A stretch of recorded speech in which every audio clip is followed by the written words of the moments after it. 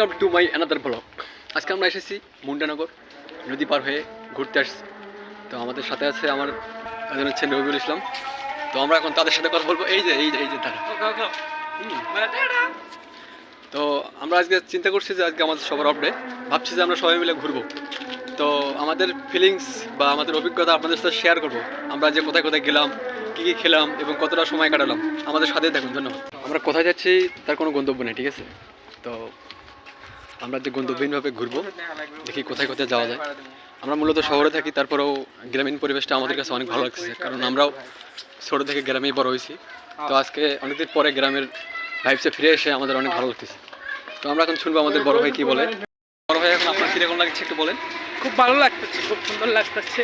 আচ্ছা, তো এরপর আমরা গন্তব্যহীনভাবে এগোতে থাকছিলাম। তো আশেপাশে অনেকেই ছিল এবং আশেপাশে অনেক নয়েজ হচ্ছিল, যেটি আমি কেটে দিয়েছি। এবং আমরা সামনে এগোচ্ছিলাম, পেছনে আমার দুইজন ভাই ছিল, আপনারা দেখতে পাচ্ছেন। তো চলুন দেখি কতদূর যাওয়া যায়। তো এরপর আমি একের পর এক প্রকৃতির ভিউ নিচ্ছিলাম। আমরা আমাদের শহরের দিকে ফোন ক্যামেরা ধরলাম। তো দেখতে পাচ্ছেন যে আমরা একটু একটু করে এগোচ্ছি এবং সামনে দেখতে পাচ্ছেন একটি বালুর পালা আছে।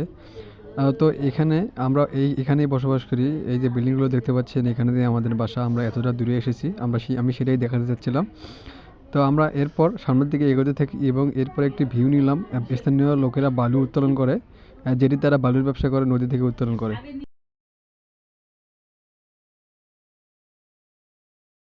তো এরপর আমি একটু আমার নিজের ভিউ নিচ্ছিলাম এবং সামনের দিকে আস্তে আস্তে হাঁটে হাঁটে এগোচ্ছিলাম। তো আমরা যদিও রাস্তা চিনি না এবং আমার পেছনে একটা ছেলেকে দেখতে পাচ্ছেন, ও রেগুলার কথা বলেই যাচ্ছে।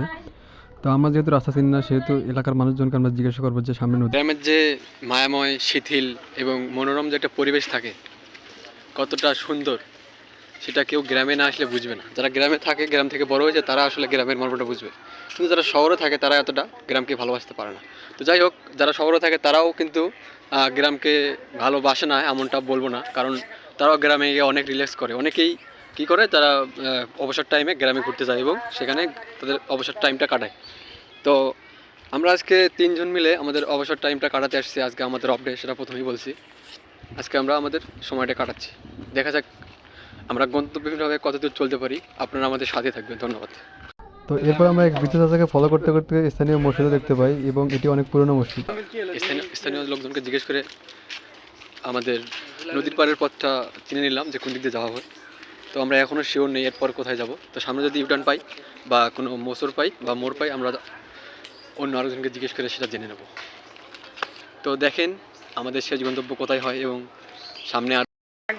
তো আমরা এখানে তিনটা মোড় পাইছিলাম, তিনটা রাস্তার মোড়। তো আমরা ভাবছিলাম যে কোন পাইতে যাবো। তো বরাবরের মতোই আমরা আগের মতোই আরো একজনকে জিজ্ঞেস করলাম যে নদীর পাড়ে কোন দিকে যাওয়া যাবে। তো আমাদের মধ্যে একজন বলছিল যে আমরা সোজা যাবো, কিন্তু দেশে রং ছিল। পরে আমরা স্থানীয় লোককে জিজ্ঞেস করে সঠিক পথটা বেছে নিলাম। তো আমরা সঠিক পথে এগোচ্ছি, সাথে থাকুন। ভিউয়ার্স, আমরা আবারও আমাদের একটা প্রাথমিক গন্তব্য নদীর পাড়, আমরা এখানে চলে আসলাম। তো আসলে হয়তো আমরা অনেক ভালো একটা ডিসিশন নিয়েছিলাম। এই আমার দুলো ভাই সাথে আছে, বড় ভাই। তো উনি বলছিলেন যে আমরা গ্রামটা ভালো মতো দেখে যাবো, গ্রামের মধ্যে দিয়ে আমরা আমাদের নদীর পাড়ে আসবো। তো এটা আসলে এই প্ল্যানটা অনেক সাকসেসফুল হয়েছে। বড় ভাইয়ের কথা শোনা উচিত। তো বড়দের কথা শুনলে আসলে উপকার হয়, সেটা তার প্রমাণ। আমরা নদীর পাড়ে চলে আসলাম এবং কোনো রকম ভেদাল ছাড়াই আমাদের মেলা দেখা হলো, মাছ বাসা হলো, কোথায় আছে না? তো সেটা বাস্তব প্রমাণ আজকে। তো শুরুতেই বলেছিলাম আমরা তিনজন ছিলাম, আমাদের সাথে একজন ছিল, সে সবসময় ফোনেই কথা বলছিল। ওর জন্য কি একটা ইম্পর্টেন্ট কথা ছিল, সে বাড়িতে অনেকদিন পরে কথা বলছে। তো আমি আর না করিনি এবং আমাদের ভিউ নিচ্ছিলাম। প্রকৃতির পাশাপাশি আমরা হাঁটতে হাঁটতে নিজেদের ভিউ নিচ্ছিলাম এবং দেখতে পাচ্ছেন যে আমাদের সাথে আমাদের বড় ভাই কীভাবে পার্ট নিয়ে হাঁটতেছে এবং পেছনে একজন কথা বলতেই গেছে, তার কথা এখনও শেষ হচ্ছে না। তো চলেন দেখি সামনের দিকে এগোই, কতদূর যাওয়া যায়। আসলাম বন্ধুরা নদীর পাড়ে। তো আমরা এখন নদীর পাড়ে আসছি, নদীর ভাইবস দেখতে পাচ্ছেন আমার পেছনে কত সুন্দর একটি কফির বাগান। যদিও কফির কোনো দাম নাই এখন, 50 পয়সা বা 1 টাকা দামেও কফির বিক্রেতারা ক্রেতা পাচ্ছে না। তো এই হলো অবস্থা দেশের। তো বন্ধুরা, শহরের ব্যস্ত সময়ের মধ্যে থেকে যেমন বন্দি খাঁচার মধ্যে পাখি থাকে, সেই রকম আমাদের জীবনযাপন হয়। তো গার্মেন্টস শ্রমিকদের জীবনযাপন আসলেই অনেক অনেক কষ্টের হয়। তো অনেকদিন পরে আমরা আজকে বিনোদনমূলক জায়গায় আসলাম এবং ঘুরতে আসছি। তো আমাদের সাথে দুইটা মাল আছে, একটা হচ্ছে খাটাস, একটা হচ্ছে বাটাস। তো তারপরও দেখছেন, আপনি আর একটু দেখান তো ভাইয়া, আপনার ড্যান্স একটু দেখান তো। আচ্ছা, তো দেখতেই পেলেন দুইজন ছোটখাটো জোকান। অনেকদিন পরে ঘুরতে এসে আমাদের মনটা আসলে ফ্রেশ ফ্রেশ লাগতেছে। তো আসলে মানুষের সব কিছুরই প্রয়োজন আছে, শুধু খাওয়া ঘুম এগুলো হলেই যে চলে তা না, এর পাশাপাশি বিনোদনেরও প্রয়োজন আছে। ওকে এই জন্যই তো এত কিছু তৈরি হচ্ছে দুনিয়াতে। ওকে মামা। তো আমাদের জীবনে শুধু দুইটা জিনিস ছিল, খাওয়া এবং ঘুম। ঘুম তো খুব কমই পাচ্ছি, খাওয়ার পরে শুধু কাজ আর কাজ। দিনে 16 থেকে 17 ঘন্টা আমাদের কাজই করা লাগে। গার্মেন্টস শ্রমিকদের এটাই হচ্ছে সবথেকে কষ্টের কথা। তো জায়গাটা অনেক সুন্দর, ঠিক আছে? তো আপনারা দেখতে পাচ্ছেন জায়গাটা কত সুন্দর, ওয়াও। জায়গাটার ভিউ খুব সুন্দর। এটা হয়তো এখানে মানুষের বসার জন্য টেবিল দেওয়া থাকে, পাশাপাশি একটি চটপটি হাউসও আছে।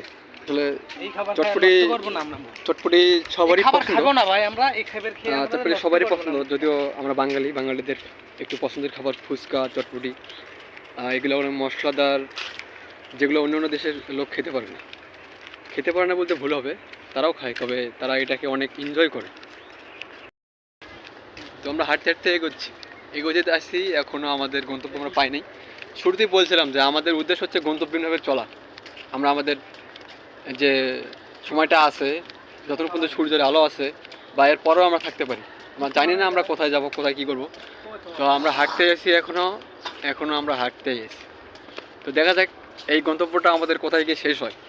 তো আপাতত অনেক থ্রিলিং বা কিছুই দেখাতে পারিনি, সামনে গিয়ে ইনশাআল্লাহ অনেক কিছু দেখতে পাবেন। একটু বিড়ি খামু। তো এরপর আমরা একটা জায়গায় বসছিলাম একটি ফুচকার দোকানের পাশে এবং কিছু ফুচকা কিনছিলাম। যাই হোক, এরপর আমরা বাসায় চলে আসছিলাম, আর ওখানে থাকি নাই। তারপর আমার ফোনের ব্যাটারি চার্জ শেষ হয়ে গেছিলো। তো আমাদের গন্তব্যটা শেষ হয়নি, ওখান থেকে আমরা ব্যাক করছিলাম। যাই হোক, আপনাদের বলছিলাম যে আমরা একটি গন্তব্যহীন জায়গায় যাচ্ছি, কোথাও ঠিক নেই, আমরা যত পারি যাইতে থাকবো।